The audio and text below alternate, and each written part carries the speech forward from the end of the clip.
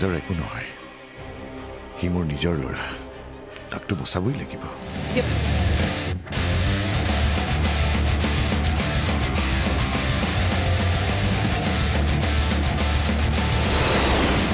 ইফালে ইলেকশ্যনৰ ৰিজাল্ট ওলাব আৰু আনফালে অদিতিৰ কেছটোৰ ৰিজাল্ট কোৰ্টে দিব আমি সকলোৱে একেলগে সেলিব্ৰেট কৰিম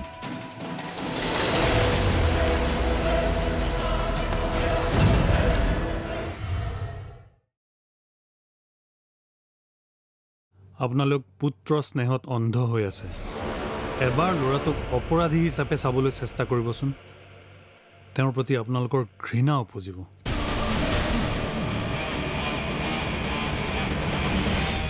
এখেতক আজি ৰাস্তাত কোনোবাই হত্যাৰ ভাবুকি দিছিল সেয়াও নিশ্চয় কোনোবা ভাল মানুহৰ কামেই হ'ব মই ঠিক সময়ত আহি পোৱাত দলটো পলাই গ'ল গতিকে মই আপোনালোকৰ বোৱাৰীক নিৰাপদে সমঝাই দিবলৈ আহিলোঁ আপোনাক অশেষ ধন্যবাদ এতিয়া আহোঁ লগটো পায়ে থাকিম মিষ্টাৰ ৰাজ ফুকনৰ খবৰ মই বাহিৰতে লৈছোঁ আৰু আপোনালোকে চিন্তা নকৰিব এখেতৰ ওপৰত এটা আচৰো মই পৰিবলৈ নিদিওঁ এজন আৰক্ষী বিষয়া হিচাপে এয়া মোৰ দায়িত্ব ৰাইট মিষ্টাৰ ফুকন এতিয়া আহোঁ আপুনি কেছটো কি কৰে আকৌ এবাৰ ভাবি চাব ভাল বাৰু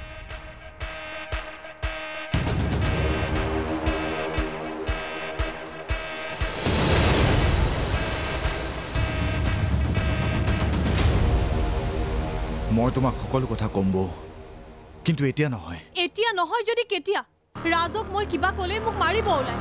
এইবোৰ কি হৈছে নীৰৱ দাদা এটা ডাঙৰ অপৰাধ কৰি থৈছে এতিয়াহে কথাবোৰ পোহৰলৈ আহিছে বৌ তাৰ ভৱিষ্যতটো ভাল নহয় বৌ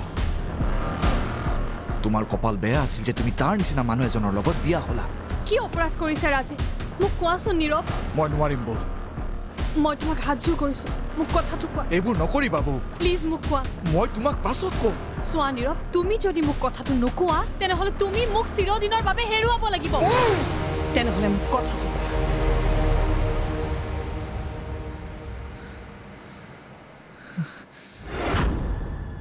অদিতিক ধৰ্ষণ কৰা মানুহজনে হ'ল ৰাজদা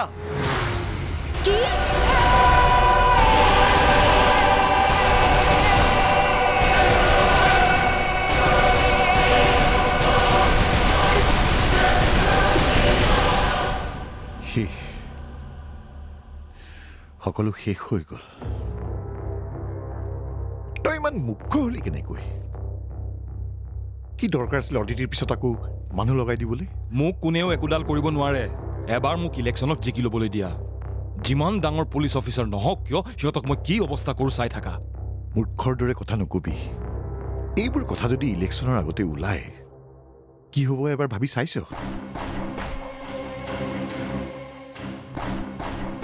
এইবাৰ চাগে মই তোক আৰু বচাব নোৱাৰিম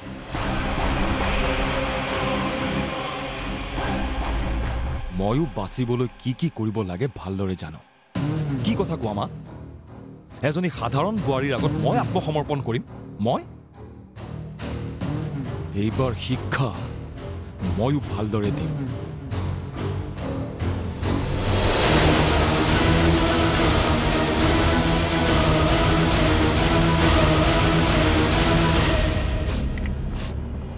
অদিতি এইবোৰ মই যি শুনিছো সেইবোৰ সঁচা নেকি বৌ এয়া সঁচা মোৰ জীৱনটো ধ্বংস কৰা মানুহজন ৰাজ ফুকন সেইকাৰণে মোক তুমি মুখ খুলিব নোৱাৰো বুলি কৈছিলা তুমি মুখ খুলিলে সকলো শেষ হৈ যাব বুলি কৈছিলা তুমি ন্যায় পালে মোৰ জীৱনটো ধ্বংস হৈ যাব বুলি কৈছিলা সেইকাৰণে কৈছিলা ন তুমি বৌ মোৰ দেখোন বিশ্বাসেই হোৱা নাই মোৰ মানসত ইমান বেয়া নে ইমান জঘন্য কাম কৰিব পাৰেনে তেওঁ সেয়া সঁচা কথা বৌ এই ঘৰখনৰ মানুহবোৰৰ কথা ভাবি সুখ শান্তিৰ কথা ভাবি এই সত্যটো মই লুকুৱাই ৰাখিছিলোঁ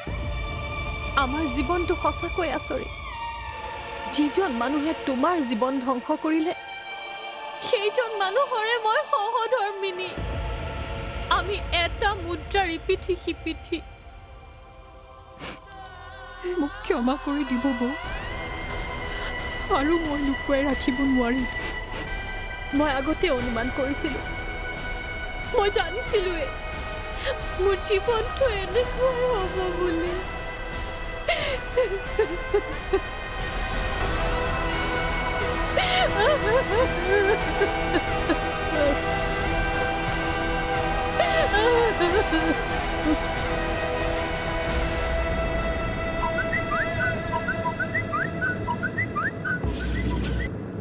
বৰা কওক ছাৰ এটা খবৰ আছে ছাৰ অভিনৱ ফুকনক গুলীচালনা কৰোঁতে ব্যৱহাৰ হোৱা বাইকখন উদ্ধাৰ হৈছে অ'কে ছাৰ বাইকখন উদ্ধাৰ হ'ল যেতিয়া অপৰাধী ওলাওঁতে বেছি সময় নালাগিব বৰা ৰ'ব মই থানালৈ আহি আছোঁ অ'কে হয় ছাৰ এটা ভুলৰ কাৰণে সকলোৰে জীৱনবোৰ ধ্বংস হৈ গ'ল চোৱাচোন বৌ এতিয়া তুমিয়ে কোৱা আমি কি কৰিলে ভাল হয় শাস্তি যিজন মানুহৰ কাৰণে আমাৰ সকলোৰে জীৱনবোৰ খেলি মেলি হৈ গৈছে তেওঁ শাস্তি পাবই লাগিব লাগিলে তেওঁ মোৰ স্বামীয়ে নহওক কিয় তেওঁ ইমান বেয়া কাম কৰিলে যে মই তেওঁক কেতিয়াও ক্ষমা কৰিব নোৱাৰোঁ জীউলৈহে মোৰ এতিয়া বেয়া লাগিছে তাই আমাৰ দৰে দুৰ্ভগীয়া তাইক এতিয়া মই দেউতাকৰ কথা কি বুলি ক'ম তাই ডাঙৰ হৈ যেতিয়া দেউতাকৰ আচল স্বৰূপটো গম পাব তেতিয়া কি হ'ব মই বুজিছোঁ বৌ অদিতি তুমি বহুত কষ্ট ভোগ কৰিছা মিছা বদনাম মূৰ পাতি ল'ব লগা হৈছে এইবাৰ নেৰিবা মই তোমাৰ লগত আছোঁ দোষীয়ে শাস্তি পাবই লাগিব তুমি ন্যায় পালে এগৰাকী নাৰী হিচাপে মই বহুত ভাল পাম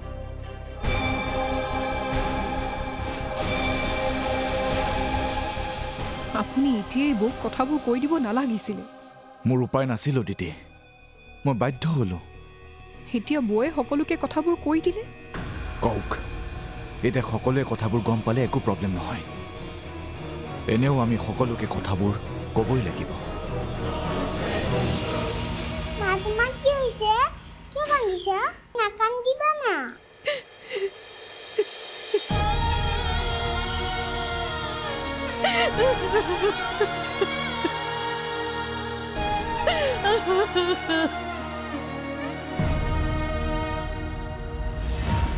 চাওঁ ভিডিঅ'টো অলপমান আগৰ পৰা দিয়াচোন pause pause pause pause zoom in কৰা now close up on the number plate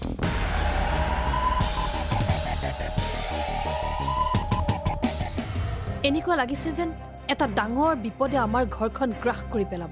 তুমি এইবোৰ কি কথা কৈছা ময়ূৰী তই মোৰ শত্ৰু এটাৰ লগত হাত মিলালি দাদা কেতিয়াবা তেজৰ সম্পৰ্কবোৰে যিমান বিশ্বাসঘাতকতা কৰে তাতকৈ এইবোৰ সম্পৰ্কই ভাল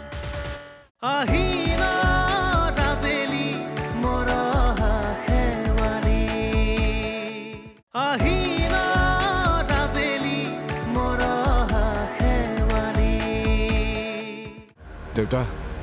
যিজন ল'ৰাই মোক দাদাৰ বিষয়ে কৈছিল সেইজন ল'ৰাক মই অফিচৰ পৰা উলিয়াই দিছোঁ এনেধৰণৰ মানুহ অফিচত থাকিলে প্ৰব্লেম হ'ব পাৰে দাদাই মোৰ লগত যি কৰিলে সেইবোৰ মই আৰু ভাবি থকা নাই এতিয়াৰে পৰা দাদাই এইবোৰ কাম নকৰিলেই হ'ল তই ঠিকেই কৈছ এতিয়া মই অফিচত এজন নতুন ল'ৰা এপইণ্ট কৰিছোঁ কোন ল'ৰা মোৰ বন্ধু এজন যি টি মানুহক এপইণ্ট নকৰিবি যি টি মানুহ নহয় দাদা যাৰ এই কামৰ বাবে যোগ্যতা আছে তেওঁকহে এপইণ্ট কৰিছোঁ তই যদি ভাবিছ যে তই এপইণ্ট কৰা ল'ৰাজনে অফিচৰ কামবোৰ ভালকৈ কৰিব পাৰিব তেনেহ'লে মোৰ কোনো আপত্তি নাই কামবোৰ ভালকৈ কৰিব পাৰিলেই হ'ল এনেওতো এতিয়া অফিচৰ সকলোবোৰ দায়িত্ব তোৰেই ওপৰত হয় দেউতা আচলতে মোৰ বন্ধুজনৰ লগত তোমাৰ চিনাকি কৰাই দিবলৈ মই তাক লৈও আহিছোঁ সি বাহিৰতে আছে ৰ'বা মই মাতি দিছোঁ আহা সোমাই আহা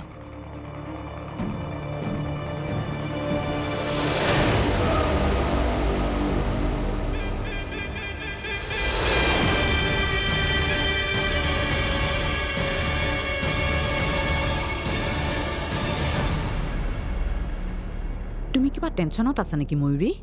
মোৰনো কি টেনশ্যন হ'ব মা মোৰতো একোৰে অভাৱ নাই কিন্তু তোমাৰ মুখখন দেখিলে এনে লাগে তুমি যেন কিবা টেনশ্যনতহে আছা ইলেকশ্যনৰ টেনশ্যন যিটো প্ৰতিদিনে আপোনালোকে লৈ থাকে মোৰ একো কামেই নাই যিহেতুকে মই সেই টেনশ্যনটোকে ল'লোঁ নহ'লেনো কি কৰিম কিন্তু এটা কথা কি জানে মা আজিকালি মোৰ সৰু সৰু কথাতে বৰ ভয় লগা হৈছে ভয় ভয় এনেকুৱা লাগিছে যেন এটা ডাঙৰ বিপদে আমাৰ ঘৰখন গ্ৰাস কৰি পেলাব তুমি এইবোৰ কি কথা কৈছা ময়ূৰী কিয় এনে ভাৱ হৈছে নাজানো মা ৰাজে কিবা নকৰিব লগা কাম কৰি থোৱা নাইতো ৰাজক মই আজিলৈকে ভালকে বুজিয়ে নাপাওঁ সি ভাল নে বেয়া যদি সি কিবা নকৰিব লগা কাম কৰি থৈছে তেনেহ'লে কিন্তু তাৰ ফল আমি অতি সোনকালেই পাম মা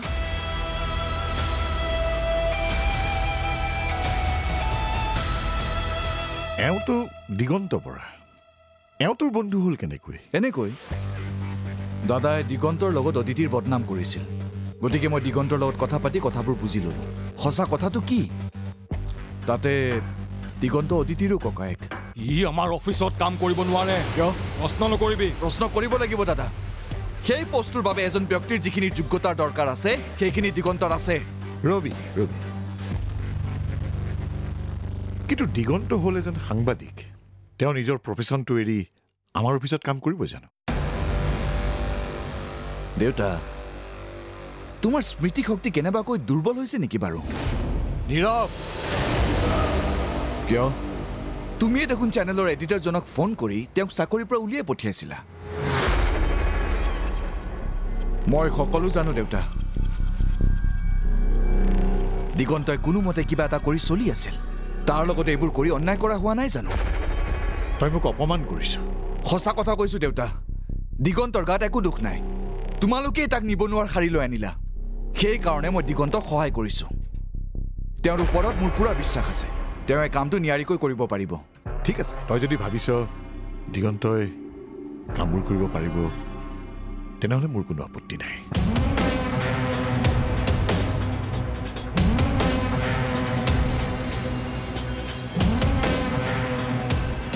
দিগন্ত তুমি ভালদৰে কামবোৰ কৰিবা হ'ব থেংক ইউ ছাৰ দিগন্ত কাইলৈৰ পৰা অফিচলৈ আহিবা হ'ব এতিয়া মই গৈ থাকোঁ ঠিক আছে বাৰু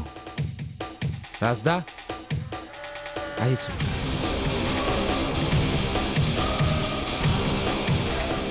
নীৰৱ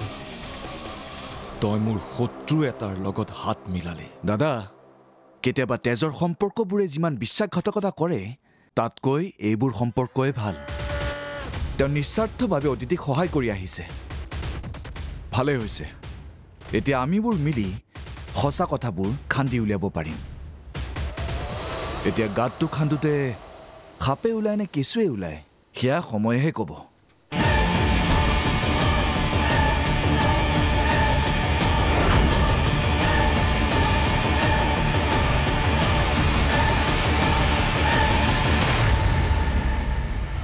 মা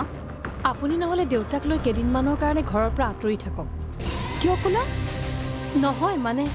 মই ৰাজক জানো সি যদি কিবা নকৰিব লগা কাম কৰি থৈছে তেনেহ'লে কিন্তু সকলোৱে এৰেষ্ট হ'ব লাগিব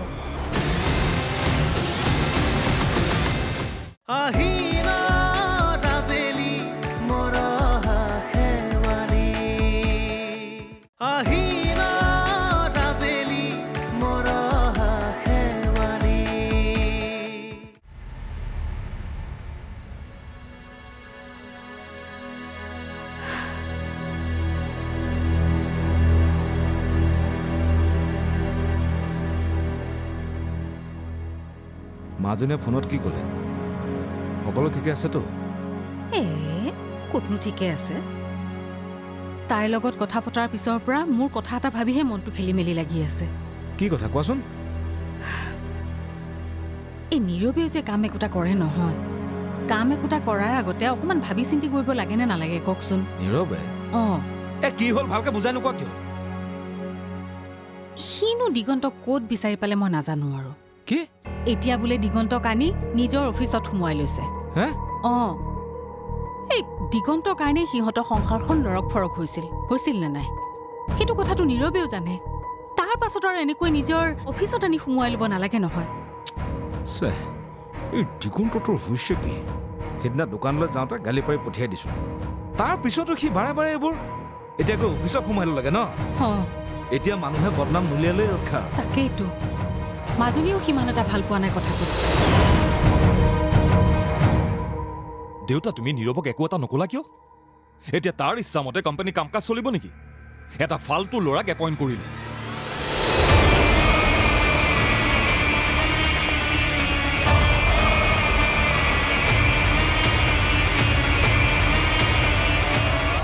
আপুনি এতিয়া দিগন্তলৈ ফোন এটা কৰক আৰু নীৰৱকো বুজাওক। এনেকৈ জানি শুনি বাটৰ কচু গাত ঘঁহি ল'ব নালাগে নহয়। নীৰৱ সহজ সৰল ল'ৰা, তাৰ গাত দুখ নাই। এই দুখ আছে এই দিগন্তৰ গাত। বাৰে বাৰে ক'লেও সি কথাবোৰ বুজি নাপায়। ইয়াৰ কিবা এটা স্বাৰ্থ আছে, নহ'লেনো সি মাজনীৰ পিছে পিছে কিয় ঘূৰি ফুৰিব কোৱাচোন? তাকেইতো মোৰো সন্দেহ হৈছে। কোনোমতে সংসাৰখনত গতি এটা লাগিছিলহে, আকৌ সি এইবোৰ কৰক। এতিয়া দিগন্তলৈ ফোন এটা কৰক।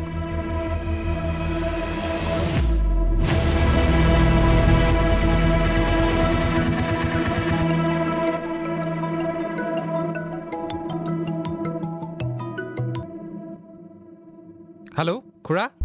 আপুনি মোক ফোন কৰিছে? আচৰিত, কিবা আছিল? শুনচোন, তই এতিয়া আমাৰ ঘৰলৈ কথা আছে। এতিয়া যাব নোৱাৰিম, অলপ কাম আছে। মই সেইবোৰ বুজি নাপাওঁ, এতিয়াই বুলি কৈছোঁ। এতিয়া ঠিক আছে, গৈ আছোঁ। দেউতাই তোমাক কথা এটা ক'ব দিছিল ময়ূৰী। কি কথা? কেইদিনমানৰ কাৰণে তুমি US লৈ যোৱা। কিয়? ৰাজৰ ইলেকশ্যনটোৰ কাৰণে ঘৰখনত দেখিছাই নহয়, ইমান টেনশ্যন। তুমিতো আগতে এনেকুৱা পৰিৱেশ পোৱাই নাই। বেয়াও পাব পাৰা। ইলেকশ্যনলৈকেহে, তাৰপাছত গুচি আহিবা। মা, আপুনি নহ'লে দেউতাক লৈ কেইদিনমানৰ কাৰণে ঘৰৰ পৰা আঁতৰি থাকক। কিয় ক'লা? নহয় মানে মই ৰাজক জানো। সি যদি কিবা নকৰিব লগা কাম কৰি থৈছে তেনেহ'লে কিন্তু সকলোৱে এৰেষ্ট হ'ব লাগিব।